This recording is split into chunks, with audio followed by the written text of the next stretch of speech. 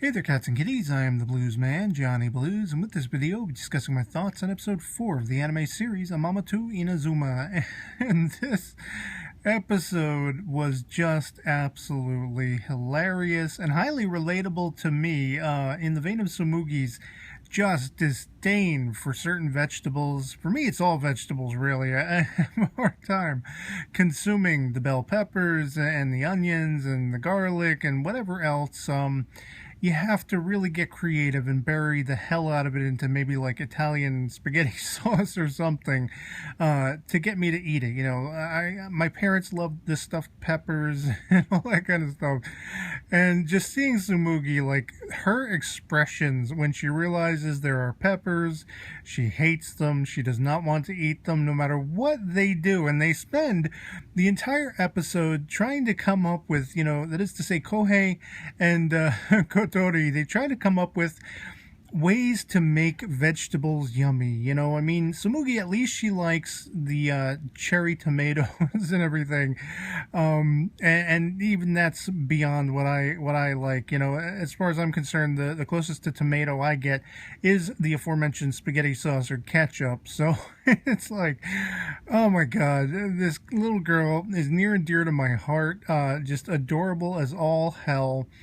And making me crack up every time they focus on her and she realizes the stuff is in her mouth and she's completely displeased.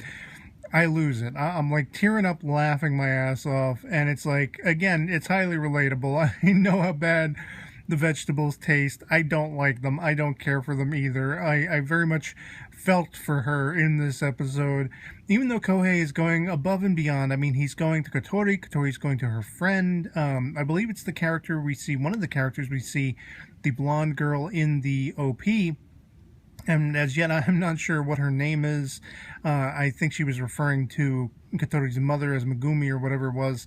You know, and basically there's this whole idea. You got the coach guy bringing in his family's vegetables and things and have plenty of them, you know, and then this girl is apparently very knowledgeable as well and wondering why Kotori's mother hasn't gotten more vegetables. She's, you know, her mother's concerned about Kotori's mother's restaurant. And it's just, oh my god, I was just dying. I was laughing so much. And then, of course, you basically have them trying to get, you know, Tsumugi involved in the creation of this gratin, and you know, pressing the vegetables, flattening them, cleaning them, putting the cheese on, putting the sauce on, all this stuff, doing a spell to make sure that the sauce doesn't curd up and everything like that. Seeing her dancing around, it was just adorable and hilarious, and that's going to be my go-to words for this whole series, and this was no exception. No matter who they went to, she still could taste the bitterness of the bell peppers, even though they kind of trick her with the red bell peppers, you know, putting orange juice in and letting her drink out of that was kind of weird. I love orange juice, but I don't think I'd ever drink it out of a pepper. Quite frankly, I don't like peppers. So, my sister would have loved what they made. She's very much, you know, like Kotori in that she has a much more, less, I should say, picky palate, whereas I have a highly picky palate. And I haven't quite, you know, grown into that idea of adulthood means being able to swallow bitter things and everything like that, as they were discussing. At least not for me. You know, give me the sweet stuff and all night long, you know what I'm saying? It's just, oh man. And so, like, in the end, of course, the part that put it over the top for me was, of course, you know, Tsumugi's eating this stuff, she tastes the bitter stuff, and then she's like, Daddy, you have a taste. And as soon as the spoon goes in his mouth, he's like, oh. Kotori's like, what's the matter, sensei? And he reveals all, you know. She put all of the green pepper shards in that cheese, under that cheese, and the look on her frickin' face. Again, I was dying laughing. I think this is the funniest, cutest, most adorable episode of this series thus far.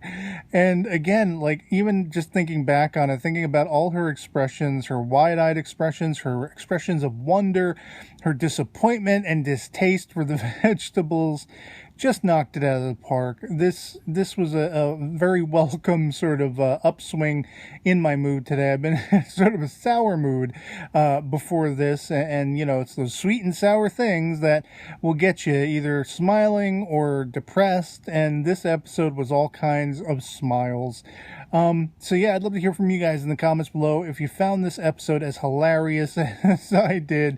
Once again, just that great rapport going on between Kohei and Kotori in, bridging the gap of learning to cook better, as well as trying to make Tsumugi happy, trying to get her involved and broaden her culinary and palate horizons, all that kind of stuff. And it's just a great show overall. And so yeah, anything goes in the comments below. Love it or hate it. Let me know what you thought of this episode and the series overall.